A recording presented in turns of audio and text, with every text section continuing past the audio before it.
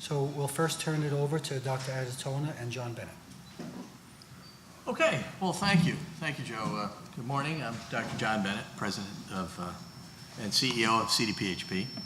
And first, I want to thank our hosts, the Adirondack Health Institute, the Alliance for Better Health, and Better Health for Northeast New York for hosting this. And I want to thank Joe for his great speech and also his kind words.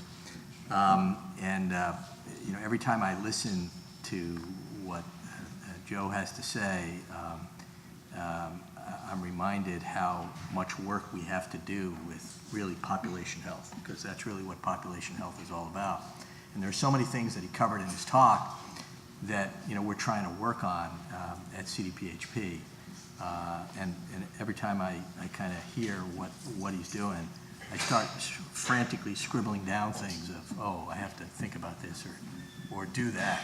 So that was indeed a pleasure. So just to talk a little bit about what CDPHP has been doing. So CDPHP has been around for about 35 years. And I'm proud to say I was there at the beginning.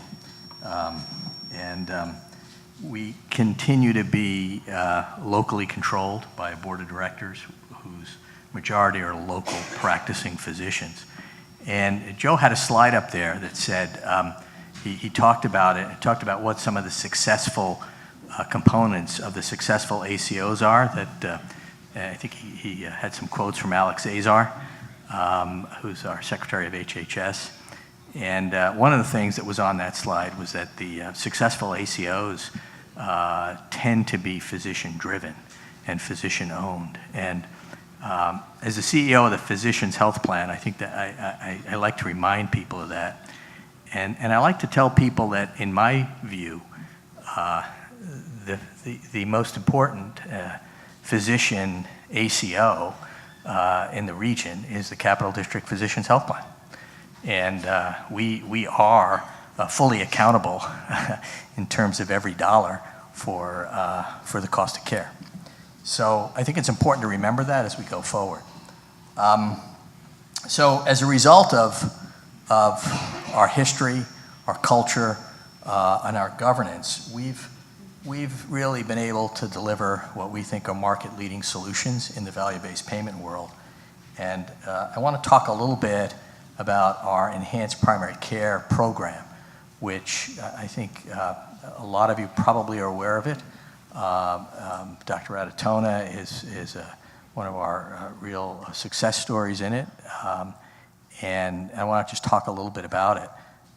We kind of started this program, and it is a value-based payment program.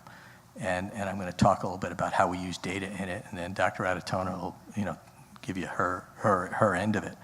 But we started this program back, it's close to 15 years ago now, because I've been CEO for 10 years. And at the time, I was actively practicing cardiology in the Albany region, and I was the board chair of CDPHP. We started this program. Our original goal was, we said, we got to do something about primary care, because primary care doctors are unhappy. This was 15 years ago.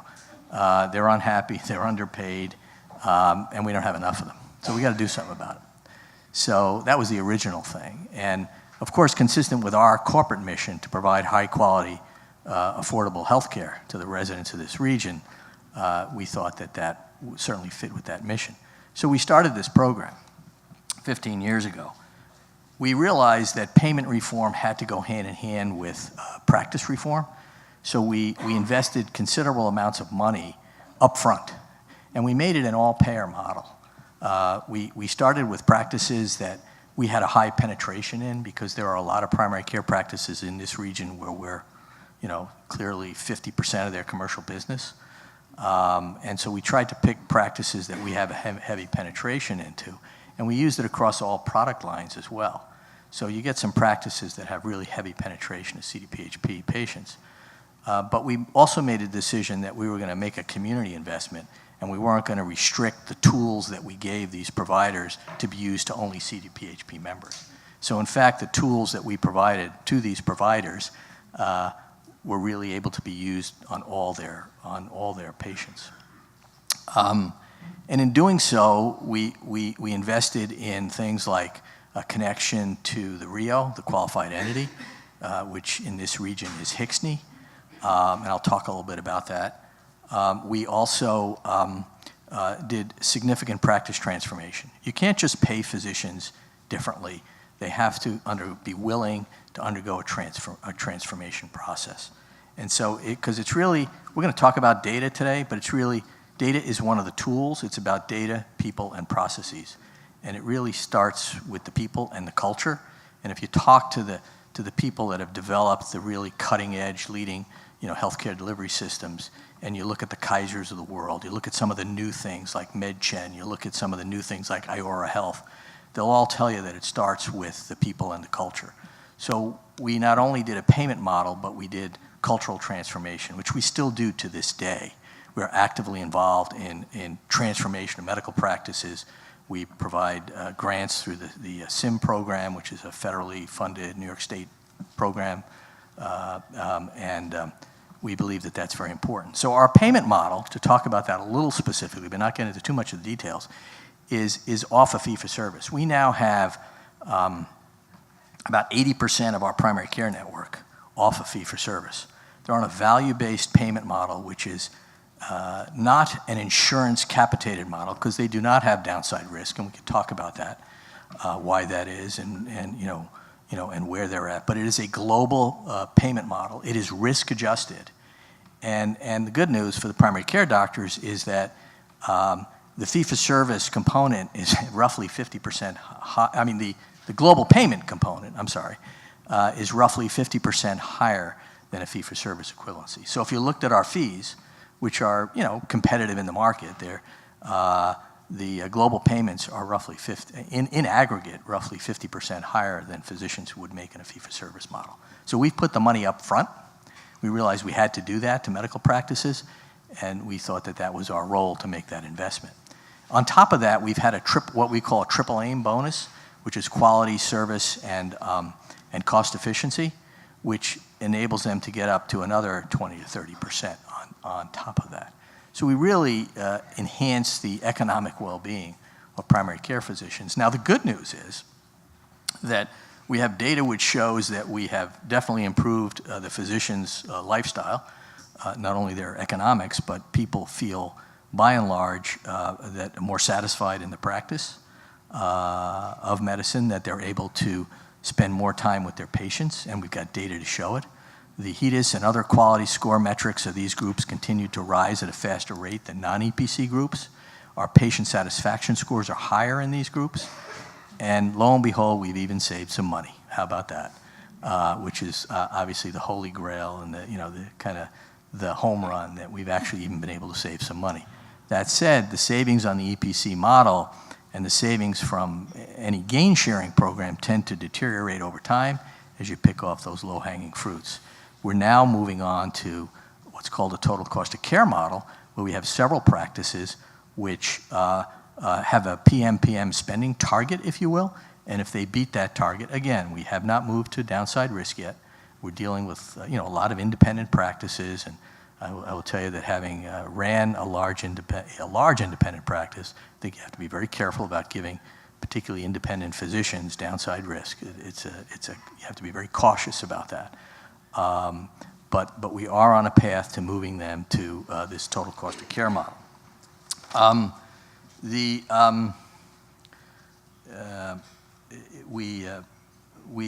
We then took this to another level, and in 2016 formed what's called Acuities Health, which is our population health services organization.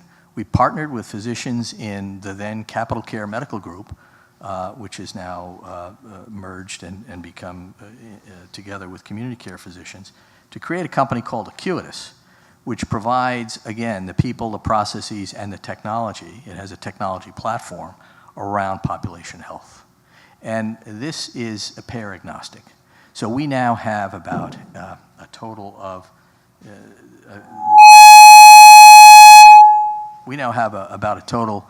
of around 160,000 lives. Is this still on? Yeah. Around 160,000 lives in Acuities of all payers.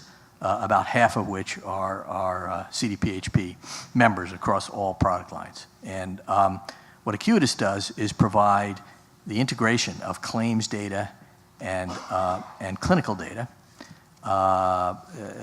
so that practices can get timely, actionable data, right?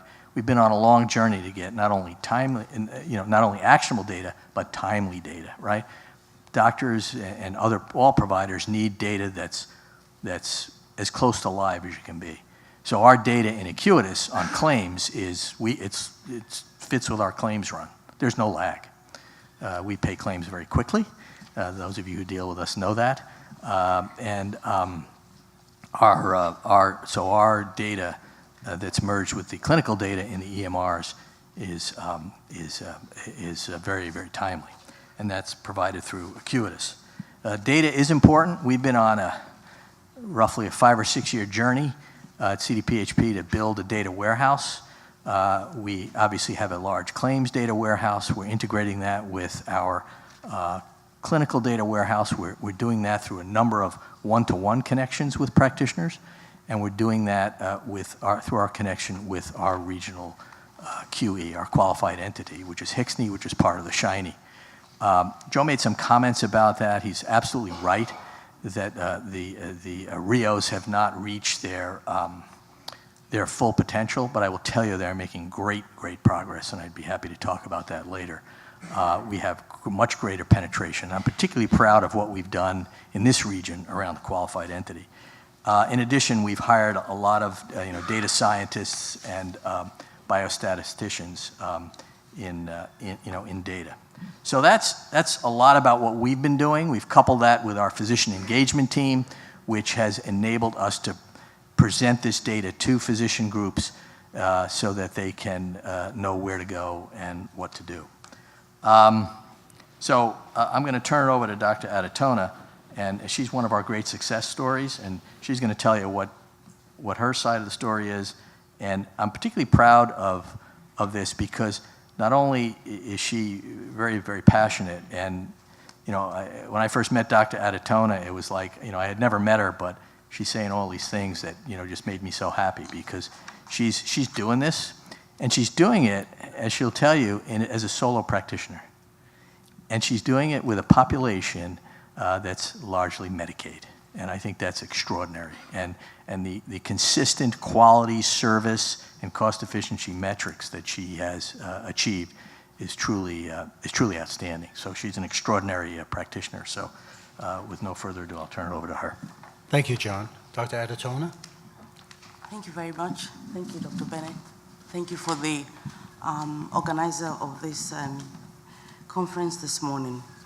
I'm pretty excited and honored to be invited to share what I do with everybody today. And I like to be practical, to just bring to you how I get things done. So, my full name is Adetutu Adetonah. I'm a solo family physician in Troy, New York, and I have a patients panel of over 2,500, of which 60% is purely Medicaid, 30% Medicare, and 10% others between commercial and maybe fee-paying patients. I'm going to share with you my journey from fee-for-service to value-based payment. In the 1920s, a professor from the Yale University by the name Charles Winslow stated that the goal of every generation is to redefine the unacceptable and act accordingly. Putting this into context of today's health, it will tell us that we need to prevent diseases and promote health. We can't hear you. Oh, sorry. It will tell us that we need to prevent diseases and promote health. Therefore, let this change begin with us. The wonderful Supreme Court Judge Ruth Ginsburg once said, I quote, "Real change, enduring change, begins one step at a time." I started the transformation from quantity to quality taking little steps, and when I got more comfortable, I would take bigger strides. Like most of you, I was engraved in fee for service. I learned it, I knew it, I was breathing it. But suddenly in late 2003, I went out to have my last child, and when she was 4 weeks old, I was out of job. I was called by the hospital that employed me. I was working in a clinic, and said I'd become unaffordable. At this stage, I was seeing between 33 and 36 patients per day. It was a revolving door. The numbers were great. And I just could not understand why all of a sudden I became unaffordable. Rather than panic, I took the bold step because I knew I had the patient's population. And my patients knew me. We developed a trusting relationship. I told the hospital that please don't close the practice, I'll take the practice over. Never done business before in my life. But I didn't think it was something that was going to be difficult. So I just asked them for the reason. They said they weren't making money. So I said, please turn over the financial papers of the business to me. Yes, I looked at the papers. They weren't collecting anything. So what did I do? At that stage, I just reduced the operating cost. I reduced the staff, I reduced the rent, and I made sure that every patient that I saw, they had current health insurance, it was valid, and it was my name was the provider on the card. I continued the fee for service. I turned things around. Then came the change, the birth for value-based care, moving from quantity to quality. I must say many thanks to CDPHP. Through the support, through the education they gave, I found this very useful. It really gave me feedback of my performance. I'm one of those providers that I always believe at any stage that I give my best, I put my best in, that I'm always performing well without having a benchmark to really see what my report card was. Very often, I'll receive report cards and I've done woeful. Rather than sit back and continue the bad practice, I seized every opportunity to improve my care. My focus now shifted when value-based payment started. I became very proactive. I stopped being reactive. With a game plan of keeping my patient healthy, keeping them out of the hospital, I started promoting healthy practices. How did I do this? We're talking about data. I use data. I breed data. And I classify data into two: data for my patient and data for myself. What is this data for myself? The data for myself is that information given to me or collected that allows me to be the best physician I can be, to improve what I do on a daily basis. I look at my report card. You can say every physician, we tend to be competitive, and I like doing well. So when I look at the data, I seized every opportunity. I work on things that I'm not doing well. If it means studying more, if it means watching YouTube, YouTube is my favorite. Everything you want to learn, somebody has done it. So I look on the YouTube. Don't give your secrets away. This is so that everybody else can do what I'm doing. It's really not a big secret. So the second data is data for my patient. And I collect this data in different ways. We cannot succeed without embracing innovation. It's just too much information to deliver quality care when you see a patient. And I often go fully, well, as much as possible, fully armed every time I walk into a room to see that patient. So the data for the patient, before I even go to the data for the patient, Joanna said earlier on that a patient-doctor relationship, I tell you, this is the key. You have to have a good relationship with your patient. They have to trust you. They have to believe in you. Because if you go to the store and you have a good experience, good customer service, you are more likely to go back there, not to talk of human services.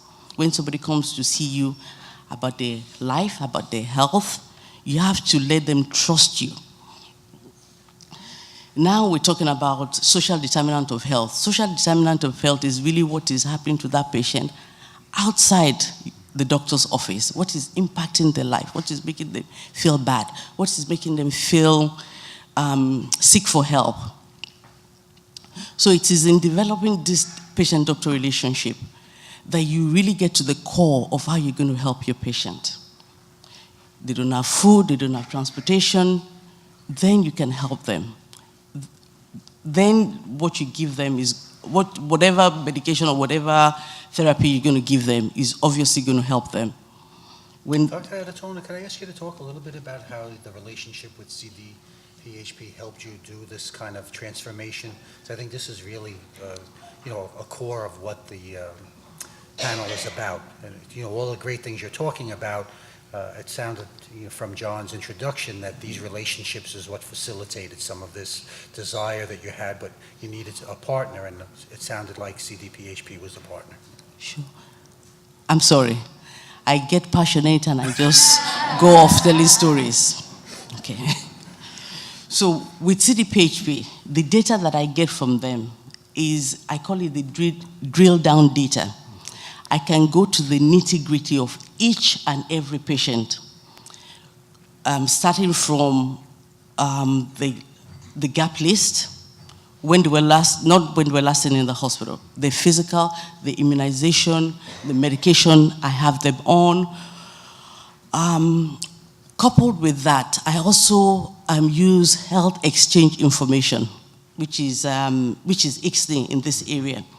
ICSNI will allow you to know exactly who your patients are seeing, where they've been to, and in so doing, when you go to see your patient, or even if you haven't seen the patient, you know they've gone to the emergency room, you know they've gone to urgent care, you know they've seen a cardiologist. All that information is right there for you to deliver the care for your patient. There's a scorecard that tells you about your pharmacy use. It tells you about your referral rate. It tells you about your lab. So all this I look at as well to save costs, because we're talking about saving the health system. So as you're delivering quality, you're also reducing the cost. So with the information or with the data from CDPHP, the pharmacy cost is there. And I just give you an example again. The only way I can explain what I do is just to be practical. I have no other way of saying it, so you have to bear with me. Just this week, just yesterday, I saw a patient, my last patient for the day. I told him to come back. Multiple medical problems, weighs about 400 pounds. He had been in the hospital 2 weeks ago. He came to see me, but when he came, he did not come with any of his medications. I told him, please go home, go get your medications and come back and see me. The reason I did that, this guy was on 35 medication. So what did I do? I reached out to CDPHP. I reached out to the pharmacy department. I said, please look at the medication list of this guy. He's coming back to see me. He came back to see me, brought all his medication. We sat down with the help. In a shopping cart? Pardon? In a shopping cart? Yes, literally, plus his oxygen. So he came, yes. Gracious. So he came in with 2 tanks of oxygen because his oxygen will run out, and he came in with a big bag that he was carrying along. Before he came, CDPHP pharmacy, they sent me ideas of what to combine, perhaps what to take off. By the time he left, he was now on 16 medication. And the reason that this guy was readmitted between the 2 weeks that he saw me and yesterday when he saw me was he went into acute renal failure. He had been on furosemide 80 milligrams, Bumex 4 milligrams. So that complicated things. So with the data information that I have, I was able to change things for him. This is a great example. Absolutely Yeah, terrific. and she told me this example as we were sitting in the audience waiting for you to speak. And she also, we talked about the fact that our pharmacy case manager was alerted to this and worked with her on Yep. this. And that's the kind of relationships Right. that we've developed. See, and these are the kind of things that I think, you know, as a group, when we talked a little bit earlier about the predictive part. If you start looking at a panel of patients, anybody who's on more than 10 medications needs active medication management, right? Anybody who is on oxygen, who has other comorbids, you know, this is the proactive part of engaging patients outside of the practice, where partnerships with the plans and the practitioners and community-based organizations, because very likely this person is getting services from community-based organizations also, right? It may be food service, it may be transportation. All of these things are these multiple variables that when you start to absorb all of this, you really understand it's that tip of the iceberg that everybody can see, but it's that rising risk also that you really want to interact with, because those are the patients that are your next group of high utilization, high cost, high comorbids, and that's where to really intervene. So this is a terrific example. The last time I saw Dr. Adatona was at the NICE-Tech presentation, and she was receiving an award that's very well deserved. Thank you very much. Thank you. So I'd like to turn it over to Dr. Leone from the Koinonia Primary Care Practice. Dr. Leone? Okay. That was terrific. Thank you. Hi, good morning. Can you hear me? Great. Well, actually, I want to tell you a couple more things before we dive into it. I think that will help you understand both my excitement and my intimidation about data. I'm a licensed psychologist. That's what they printed on the sheet of paper. Great. I'm one of the few New York State licensed psychologists who somehow is trying to swim in this world of population health, because as you know, clinical psychologist is pretty comfortable to be in one place. That's my office, seeing one person at a time. And so fee-for-service is made perfect for me, except that I should have got my degree 20 years later, so now I'm in a collision course with VPP. But I think being in that grueling psychology PhD program that most of my colleagues can share nightmares about really give me a sense of two things I think really prepared me well for the value-based payment world. One is appreciation of data, because after all, you have to tame that beast in order to get your dissertation done. And my dissertation happened to be a little bit larger, so I have like 500, data in trying to explain a model. Number two, I think, is the appreciation of knowledge, that, there's that sense of you keep on learning until you really say that, I'm not interested in learning anymore, which won't happen to people like you and me, right? So just really want to encourage you. A lot of it is, if you cannot overcome it, if you cannot really run away from it, really try to learn it and tame that.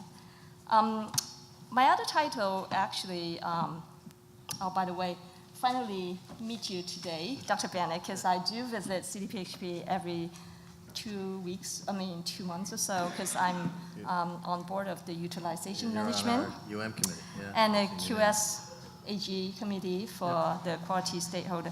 And it's just a vast of learning experience, but also I just really want to applaud you and your lieutenants, so to speak. A lot of great people in there doing this stuff. My title, actually, in our small integrated medical practice called Koinonia Primary Care, is Director of Behavioral Health. We are NCQA Level 3 PCMH 2014 standard. 2001, compelled by faith and driven by compassion, the clinic was founded by Dr. Bob Paglow. And that's basically is a response to the health disparity among the uninsured and underinsured residents of West Hill. According to the data that we look at recently from the police department, is really the most crime-stricken, and we know that it's one of the poorest as well as most underserved neighborhood in Albany. 29% of these patients. They're asking if you could put the mic a little closer to your face. Okay, all right. Better? Better? Okay, maybe I talk louder too, okay. Would the echo go away if you turned off the other microphone? Turn off the other microphone. So only one's on at a time? I just wonder if it stopped yet. Where's the switch? I don't know, but it's a switch on that. It works with webcams.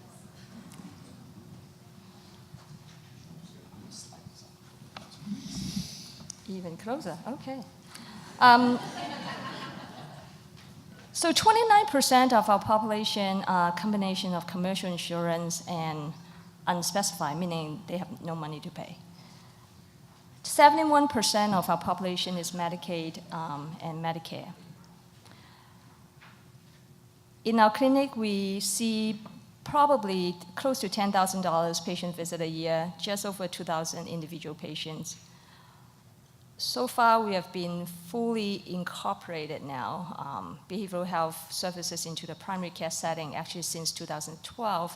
That is after 10 years of trying co-location, and it doesn't really take us anywhere.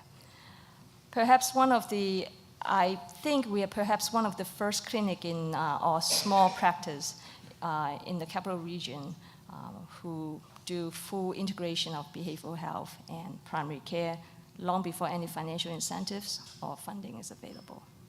Personally, I have not really heard of VBP until just probably a little over a year ago.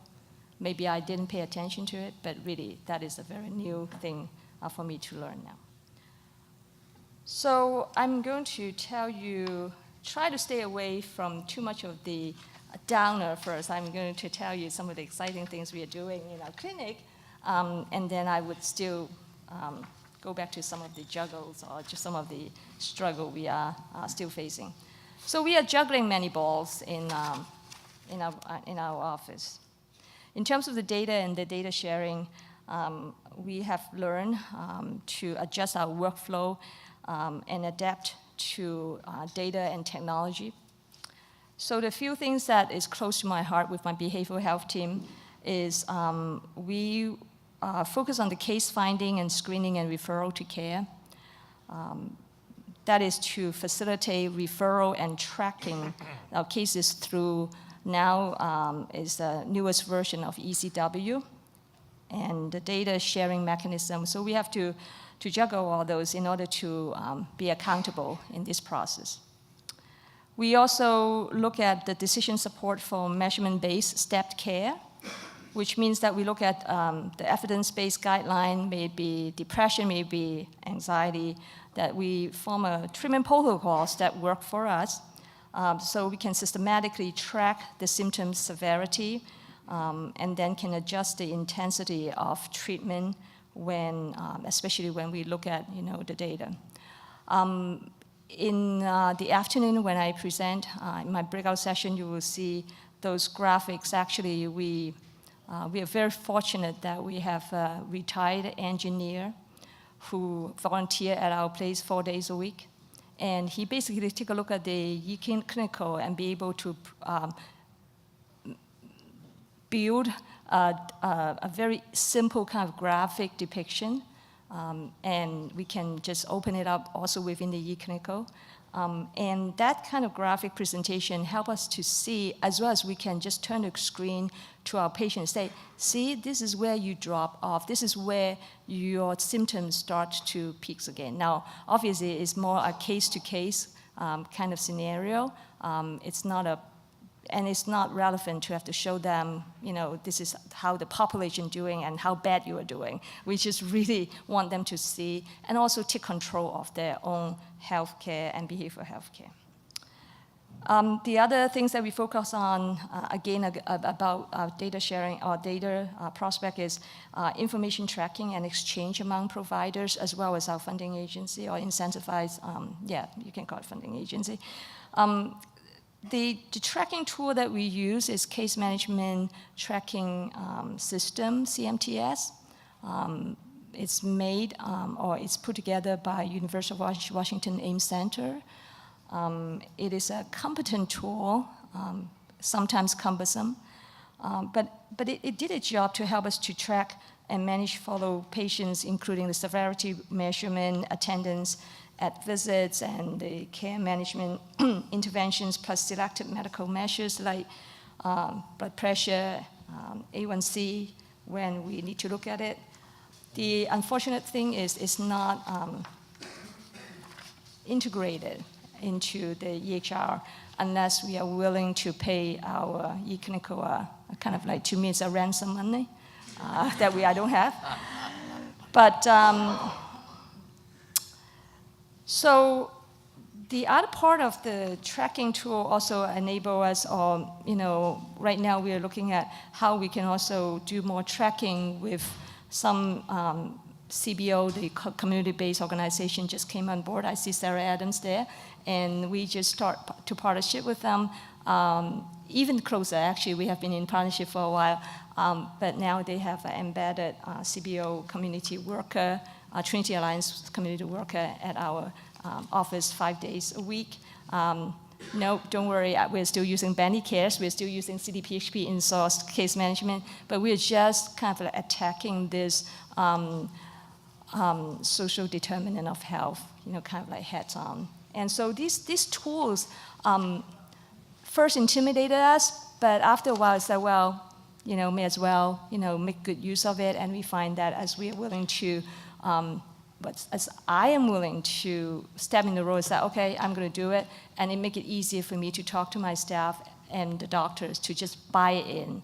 And I think I agree with you, Joe, partly, that it is science, but I think our heart and also I think the behavioral science part of it is really our art. And if we don't really get a point of whether it's buying in or cultivating the sense that, we can do it and we can do it one step at a time,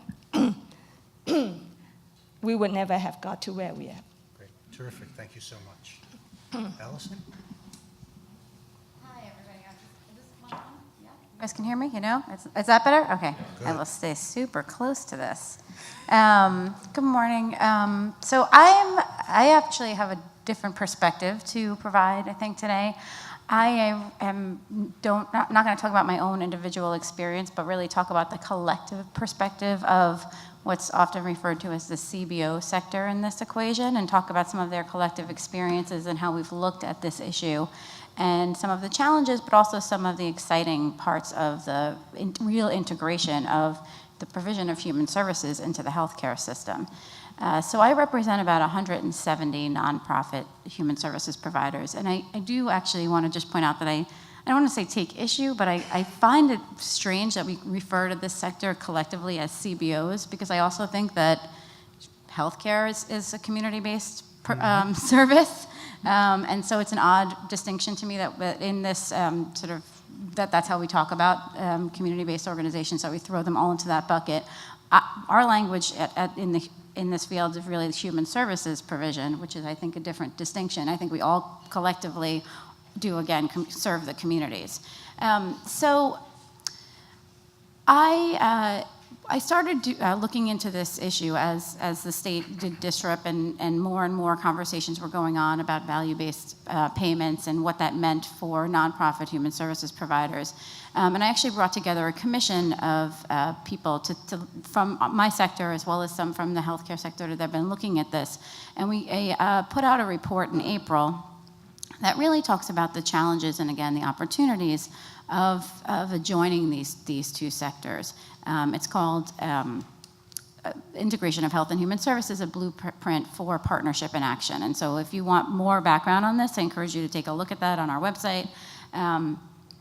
But I think the main thing I wanted to make sure that I shared with all of you is really the financial realities of the nonprofit human services sector and where most of their funding comes from and what that means for their ability to come to the table. And so that would be helpful in thinking about how to partner with this sector, because it is a very different sector than the typical healthcare sector. The financial realities are very different, and the motivation for their work is somewhat different too.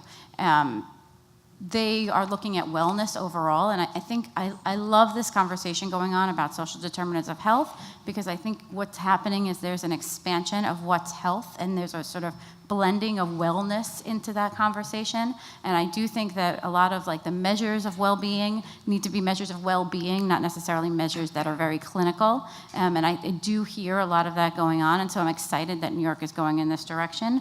But I do want to point out that most of the human services organizations, well, first of all, there's a lot of human service organizations. So things like IPAs are really important to be able to exist, to be able to connect to those. And so there's got to be some more efforts and some more investments in the creation of those, because to expect the healthcare sector to be able to go one-offs is and it's happening, is hard and challenging, and I think we need to make it easier by creating collectives. I think that would be very helpful, and there are a lot of good examples of that, but I do think we need to be more proactive, and potentially the state needs to be even more involved in helping those get created.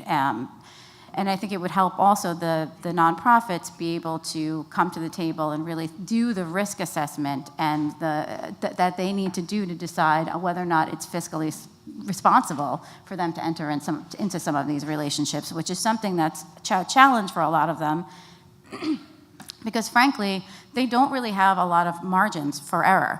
The reality is most of their money comes from government contracts that are routinely underfunded and pay late. That is their fiscal reality. That's it. We are working really hard at the Human Services Council to try to change that, and really trying to fix that reality, but that's where they are.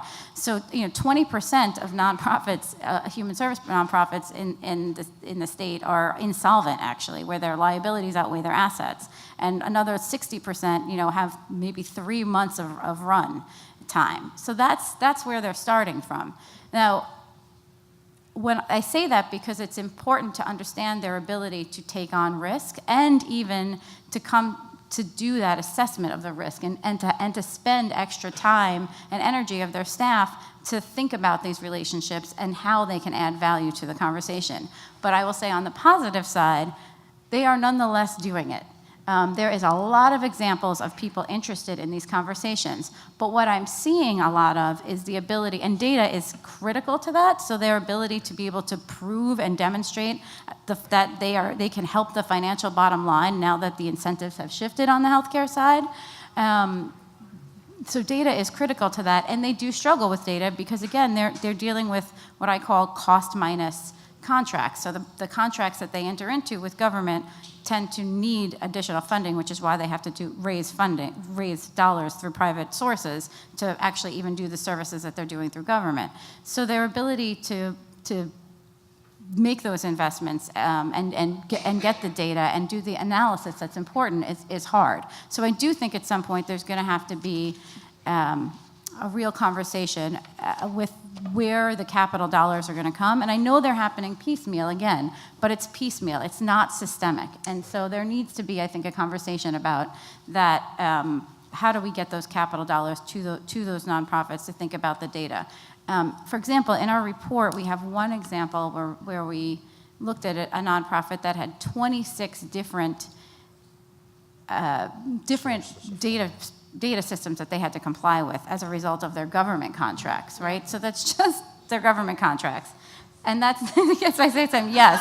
And the dollars aren't really there to support that. So then to do the analysis and I think what's important to think about too is that they're built to respond to RFPs that government put forward. So when they're responding to an RFP, they're basically looking at a scope of service and then they're deciding and doing an analysis that's whether or not they can afford to do that service at a loss in some respects, right? So that's how and so then they do that analysis and they either apply and get the contract or not. And that's what they're built to do. In this healthcare side, what we're really asking them to do is to come to the table and say, how do they set their prices, which they don't currently set their prices. The government sets the prices, and again, they figure out whether or not they can afford to do it. How do they set their price, and then talk about the value that they would add to the system, which is a totally different business approach.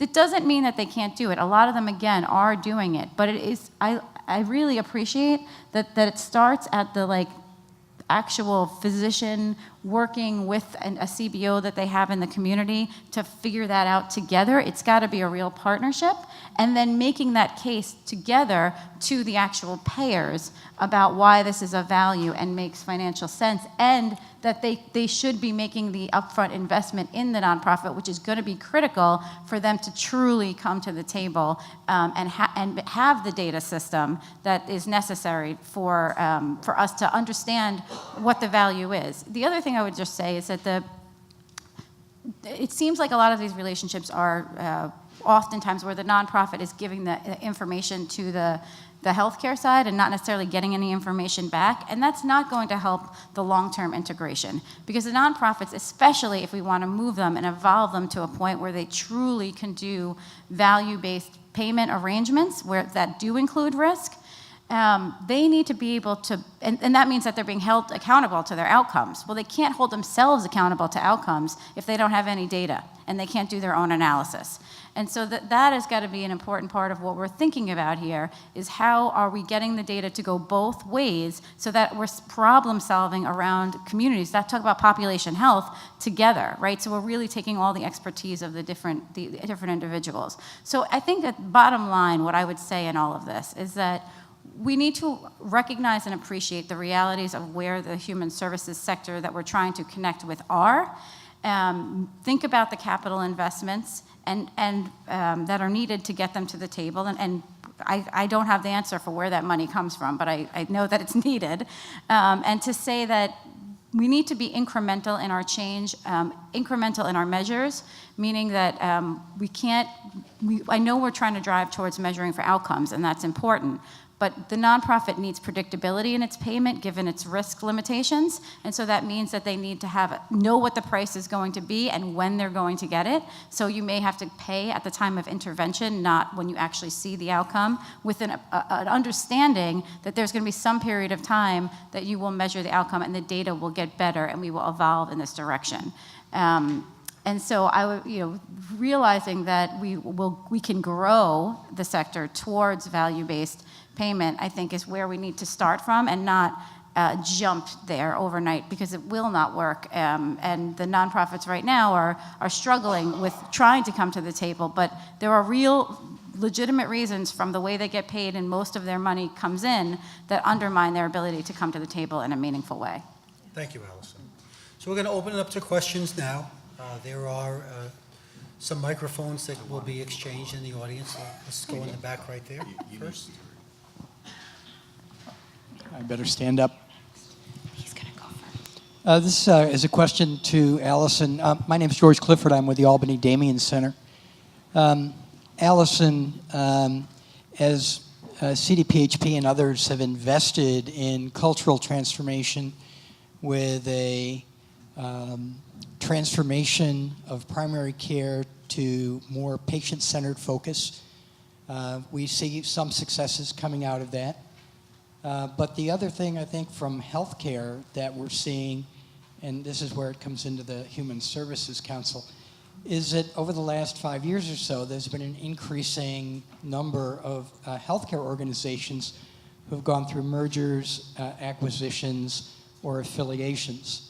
And so the question to the Health Services Council is, in order to address the underfunding, perhaps the need for improved economies of scale, should the direction be a merger or affiliation of some of the smaller community-based organizations, because size does matter when you're negotiating value-based payment?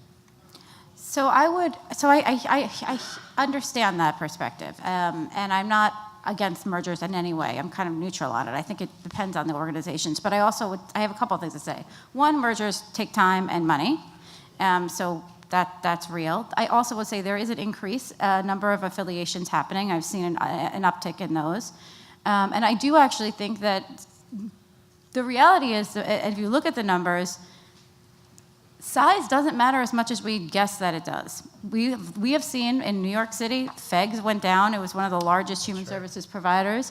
$250 million, probably one of the largest, went down. And in fact, it was too big because because what happens is if you think about what I said, if you have a bunch of government contracts that are all coming at a cost minus situation, the larger you are, the bigger that gap is. And there's only so much private funding out there to fill that gap. So you can't make it up in volume. You can't make it up in volume. In fact, you have a bigger problem on your hands. I actually think that but I also appreciate that super small organizations, there's no way that they can come to the table reasonably. That's why I said the part about the IPA being important. I think we need to affiliate those organizations. That doesn't mean they need to merge, but affiliate, and not necessarily financially, but through an IPA kind of situation. I think that's the better way of connecting them to the healthcare side. John? Yeah, so reacting a little bit to the question and also to your comments in general. I was sitting here listening to you. We've never met before. I wanted to break out in applause, so in a delayed fashion. So I'll never forget my journey that started when I, for the first time, went down into Sheridan Hollow and realized, and I said to some of our folks in state programs, because we have close to 100,000 Medicaid managed care lives in the four-county, in actually more than the four-county area, but in our footprint. And I said, how many people do we have who are homeless, all right? And who's giving them services? And they told me all these organizations, and I said, well, what kind of relationships do we have with those organizations? And so we have full risk for those lives. And so now we've started building those relationships. Then I saw the DSRIP program come about, and with all due respect, I was very bothered by the fact that we have $8 billion spent on a population, and the money was funneled through, obviously PPSs, which included these organizations. But I will tell you that most of the PPSs throughout the state are kind of hospital-centric organizations. And I said, where are these human services organizations? Now I'm going to call them that forever, so thank you. Are they going to get enough of the money? So as a side question, I think we ought to look at that in terms of whether they're getting enough of the money, because I can tell you at CDPHP, we know that when we infuse money directly into these human services organizations, we get results. We get the same kind of results as we get when we give it to the primary care physicians. And then the only other final thing I'll say is, if you look at other countries, the United States spends so much money on health care, which is that 10 to 20% of all that stuff I did when I was a cardiologist. But really, most health outcomes are related to everything else. And the human services organizations are really can have an impact on all those other things. And that's a profound mismatch. And if you look at other countries, they spend a lot more on human services. So it's not about nationalizing healthcare or doing all that kind of stuff. That's not really what we need to do. We need to invest more in human services. And we have a Secretary of Health and Human Services, right? And we have a department nationally of Health and Human Services. And I'm not sure they ever really talk about the human services side. They don't. So I'll tell you something else. I'll make a promise to you. When I meet with Alex Azar next month, I'm going to ask him, what about human services? So thank you. Thank you.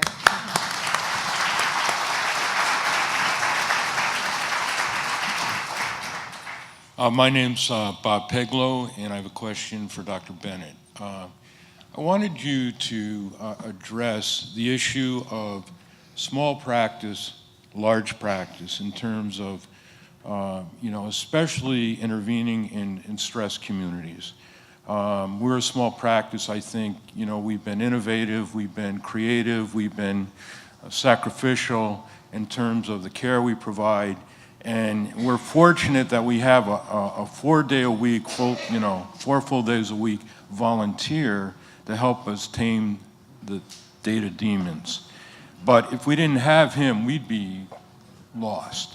And for sustainability purposes, you know, we can't count on 4-day-a-week retired volunteers to be with us forever. And I think small practices are particularly equipped to deal with these distressed neighborhoods. It becomes an issue of trust and so forth for our patients, and we know them. You know, in our practice, everyone knows your name. And that's important. So I'm just wondering, in terms of going forward, in terms of support, what you see as CDPHP's role perhaps in supporting us and helping us tame the beast of the data demons. Oh, wow. Oh, what a great question, because that's something I think about every day. That's one of the reasons why I was so pleased when practices like Dr. Adetona's rise to the top. And, you know, we view that as our mission. So, you know, I had a long journey in medicine. It started out in a 3-person cardiology group. It ended up, you know, as the CEO of a multi-specialty group with like 100 doctors. My thinking on how physicians ought to practice has changed dramatically. I see the value of smaller practices. Even if you're in a large corporate environment, I think you need to be in a small unit. So let me tell you what we're doing. We are beginning to aggregate smaller practices from a financial standpoint into virtual units, so that we can look at the number of covered lives that these practices have together and create an actuarial spending target for them, and then be able to share savings with them. So that's one thing. The other thing, of course, is our traditional EPC model, and we can talk offline about that, and I'd love to do that with you. I'm aware of the work you're doing, and it really is God's work, and we need to take, like, we need to expand this model of what we've been able to do, because there are other practices like Dr. Adetona. Fortunately, she's not an N of one. There are others, and this cottage industry of medicine, which we see that everyone thinks inexorably is going to go away, I pray that that does not happen, because doctors at the end of the day have to relate to patients one-on-one, and it's very hard to do that in bigger organizations. I lived through it. My practice was a lot different when I was one of 3 cardiologists, and then when it was one of 25. And I'll tell you, I got very frustrated at the end, because I'm on call and I don't know who I'm talking to, okay? And that's scary. So we're doing things like trying to aggregate these practices from an actuarial standpoint. We need to get, we're pretty aggressive in terms of support of smaller practices, and that's a discussion we can have offline. I think another thing that's important too with this is trying to understand what matters to you in a practice setting, what's important. Because there are, I think, applications and tools, and John and I have been talking about this, where somebody can be able to go in on a portal and look at templated data sets of things that are important to them. You don't need to see everything, but being under, if you define what's important, what you see as actionable, those are things that can be simplified and automated and really pushed out to you and give you what you need at the level that you can use it at. And I think this is really important to work with an organization like John's that has the capacity to do this kind of work, because you don't have to be overwhelmed with something that can, pull off a moonshot, right? What you want to be able to do is look at what you need, act on it, and then go back and see if it worked. It's really as simple as that. Joe? Yes. May I say something? Please. I worked for that man for the last 17 years. I can finish the second half of his sentence usually. But it's been an honor to serve with him, so I'm not offering an answer to my boss, because he could have asked me on the way back. But I'm actually kind of like piggyback right on that. As I told you, Joe, we will stay away from a lot of the downer talk, but really it's a day-to-day kind of struggle for us to, like the ransom money I just mentioned. There's a real opportunity for this small practice, and some maybe in the area can upgrade the tracking system for behavioral health. That's a very important thing to do in order to be accountable and to be able to stay on track with the funding source. And so the opportunity is for us to upgrade it to a tracking system to be in a pilot study. So that's free, right? But in order to make it work, ECW have to be willing to make it automatic so the two systems will be talking to each other. The price tag right now is $12,000 just for this year. So I have been asking, praying, begging, pounding on the door, including Ann Fernandez a few days ago at CDPHP. Where could we get this $12,000 ransom money in order to upgrade it? So Ann actually said, well, talk to the Alliance. I suppose there are people in here from the Alliance. Okay, other questions? Dr. Mangianet. Here comes the mic.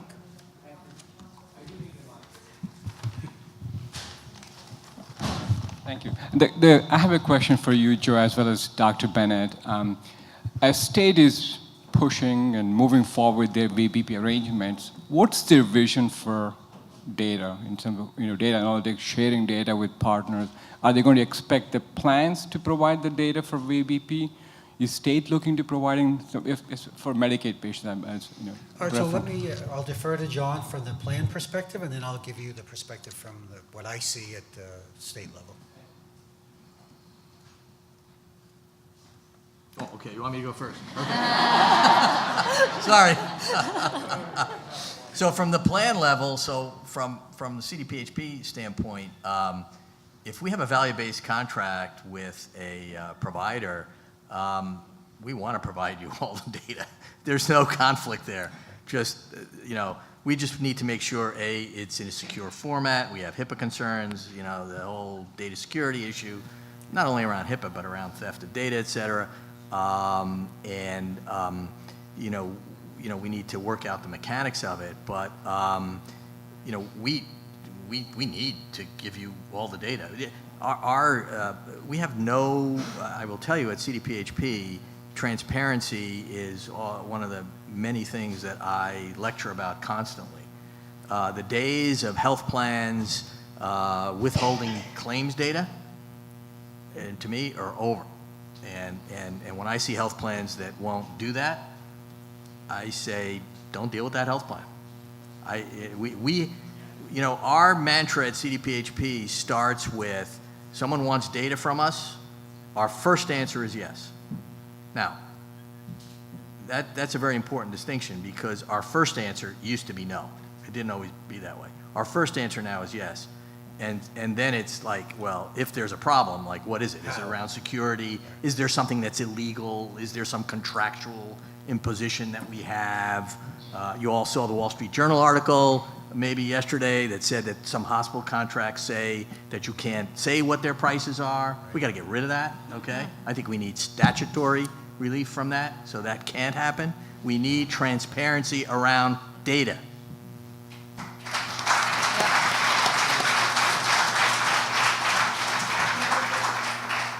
What he said. Truthfully, I do think, and we work very closely with the RIOs, several of them.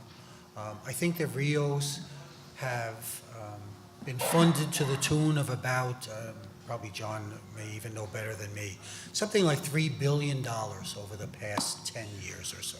This is an enormous amount of money, and several of them, like Hixney and Healthix, I think are models. Others are getting much better. But once the state empowers and also kind of twists the arm of these organizations and decides who is going to be the RIOs of the future, which I think is really what needs to happen. I don't think we need 10 RIOs.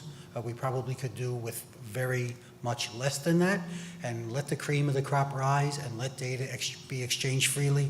I mentioned this to Eric and Lou earlier. When we do focus groups with patients and ask them a lot of different things, we have them speak to nurses and social workers and doctors and talk about asthma and diabetes and all kinds of things. And we ask them about exchanging information. They are stunned when we tell them that their cardiologist, their endocrinologist, their primary care doctor doesn't know what happened when they went to the doctor the week before, that they don't know about medication fills and adherence, and the comment that you made about a patient on 35 medications. Patients don't expect that, right? Not at this time.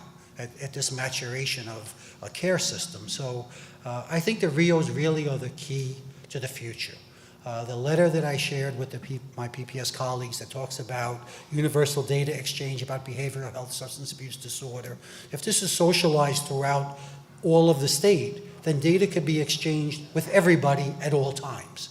And it's also on providers, I think, also to encourage patients and educate patients and make them aware of the importance of data exchange. And I also think it's on the state when patients, renew Medicaid to have a opt-out from data exchange, right? They could certainly make part of their renewal that data will be exchanged freely with all your care providers unless you say otherwise. So there are a lot of things that could be done, and I think those are things that could be very painless and really would be very fruitful in terms of care coordination and supporting all the work that organizations are trying to achieve. Allison? Yeah, I just wanted to, the number one recommendation in the report I mentioned before, because this also goes back to connecting to the human services side of things, was that there was a public good funded, so basically the government funds, right. just like they fund highways and they fund, this is, technology is how we communicate with each other and connect. And if we're trying to connect the human services and the healthcare side, then I think it's government's responsibility to think about what an investment would be and to on an ongoing basis kind of own the maintenance and creation of a system that connects and standardizes. Because my concern also is that there's all these pockets going on of connections and investments, and they're all over the place. Imagine when you did, if you could start from the beginning, which in terms of connection to the human services, we are kind of at the beginning, if we could standardize it, and the state has got to play a bigger role in that and actually fund it and own it so that everyone can connect to the same system and that the data we're collecting are standardized. So there you go. So that does exist now. That's called the Shiny. Right. And the state, I've been on the board. But it doesn't connect to the human services in the same way yet. No, and that's one of our biggest gaps. So the Shiny does get public funding. We sold that public utility model to the state. We had 3-year funding for it. It's up after next year. We need to fight hard to get that money renewed. There also are some federal matching dollars that come with it. So the Shiny currently is funded to the tune of about $70 million statewide. And that is most of the money that supports the qualified entities, all these RIOs, and we will see fewer RIOs than we have now. And we need to continue that. And one of the biggest challenges we have is the human services organizations, connecting them. Yeah. So we're going to need more money to do that. I agree with you. I believe that's a public good. And that's why they shouldn't walk away from it. They don't need to invest in it and walk away. They need to actually continue. maintain it. Exactly. They need to maintain it. They actually need to invest more in it. Well, and continuously, it's got to be a baseline thing This is a public just utility. like they don't walk away from roads or they'd crumble. Right. That's great. Okay, other questions? Yes. Hi. Hello. My name is Brittany. From a payer perspective, I'm from MVP Healthcare. And Allison, my question is for you.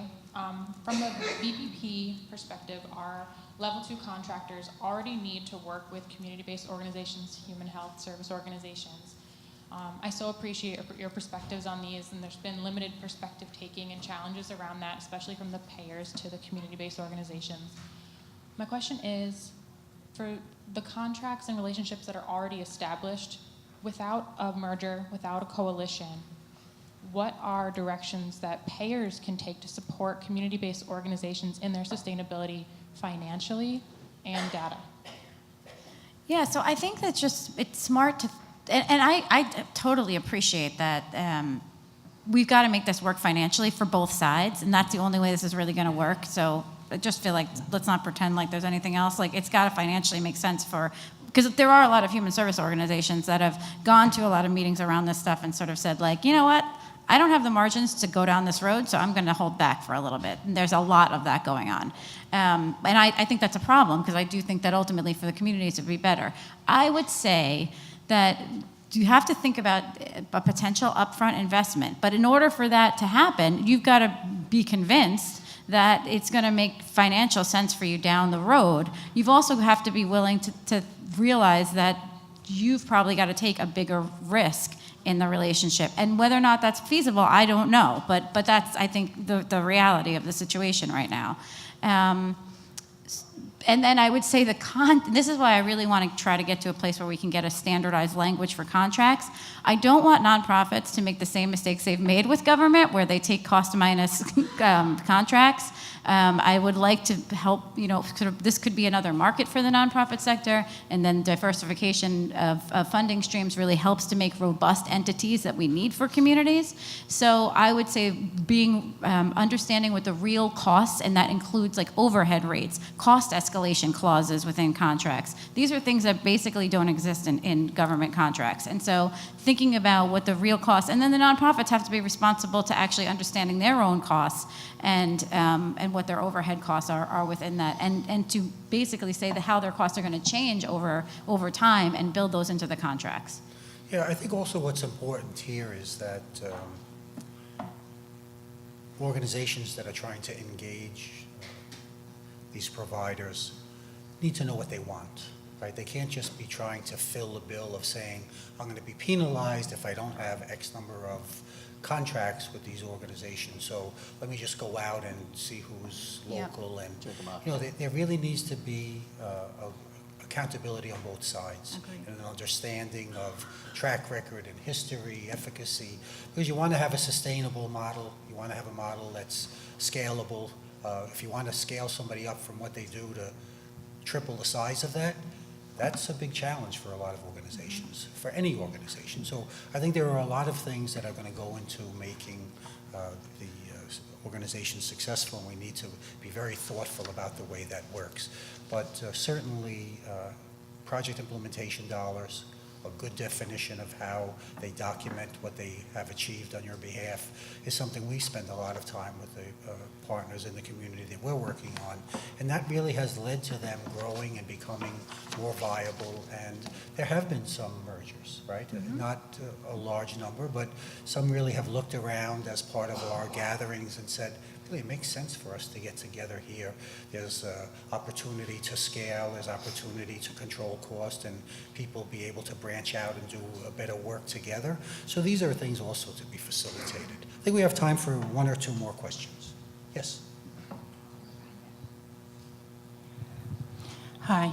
Since we're talking so much about data, and I assume absorbing all of the data that's out there, working for community care as the senior program manager for value-based care, one of the challenges that the practices, and by extension the larger organization has, is the fact that we have so many insurers, we have so many reports coming at us, that we then at our level try to help the practices with, digest the data, as it were, give them what they need. So if they need to reach out to the patient, or if it's just a matter of getting records out of the chart that need to be forwarded on to, let's say, CDPHP, yes, we'll do that.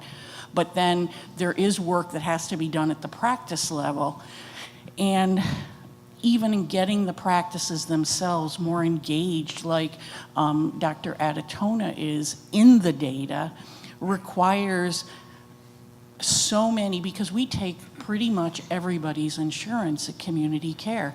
It's all presented in different formats. You have to have passwords for every one of the portals.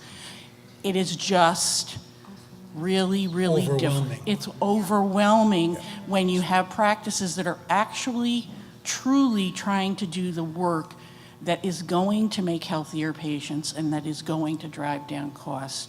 Does anybody have suggestions? Yes. Yes. John?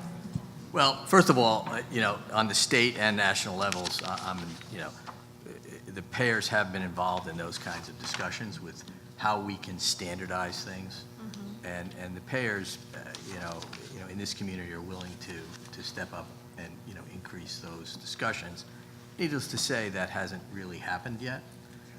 I will tell you that my quick answer to that is, you just described one of our main reasons for developing Acuities. Acuities is our solution, which also helps with that. it's a population health services platform which is payer agnostic. And really, the medical practice is the customer, and they can then craft their own value-based payments with different insurers, use a common platform for all those insurers for data, and then translate that into common standardized practices. So Acuities is that kind of interpreter, if you will. I mean, you know, we're not going to get to the point where every insurer is, certainly we can do better, but we're not going to get to the point rapidly where every insurer is going to have the exact same standards. Because insurers are competing, they need some competitive differentiation, and we compete very intensively with each other, and in this community you have 5 or 6 active payers. But one of our potential solutions to that is, that's one of the reasons why we developed Acuities, to be that interpreter. And I honestly, just to piggyback on John's comments, the complexity is probably not even fully there yet. So this is not, doesn't make anybody feel good. But, you know, having an organization like Acuities or some other trusted partner that can facilitate that is really important, because a lot of this is enormously complex. Socializing all the data, all the electronic health record data, community input, the pharmacy data, all of these things is all incredibly important, and leaving out even one source really starts to minimize your ability to have the impact that you want. So it may be that, you know, a trusted partner in some capacity to do this work, because there are organizations that really have that skill set, right?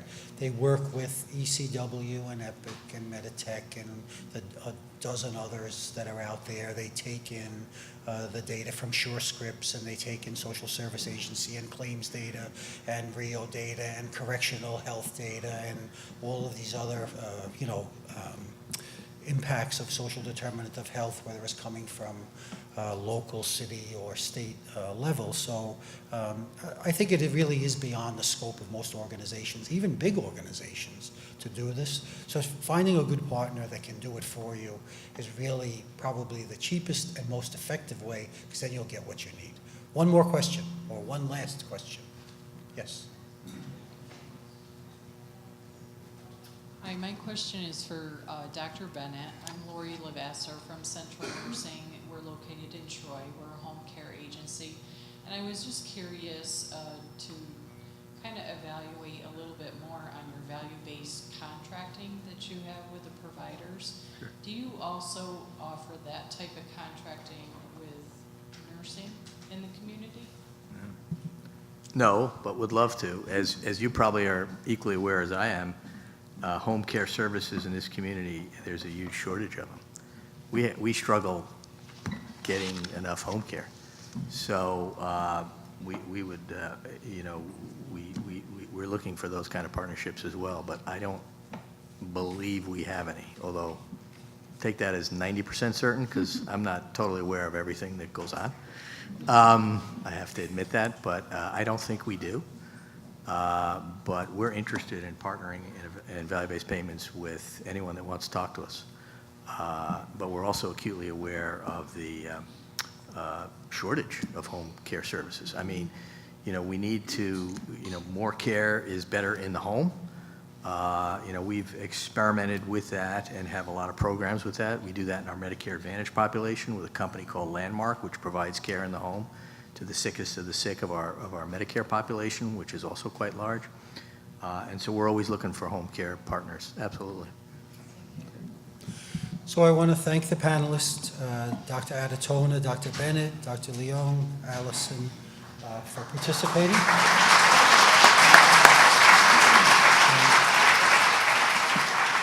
This is it.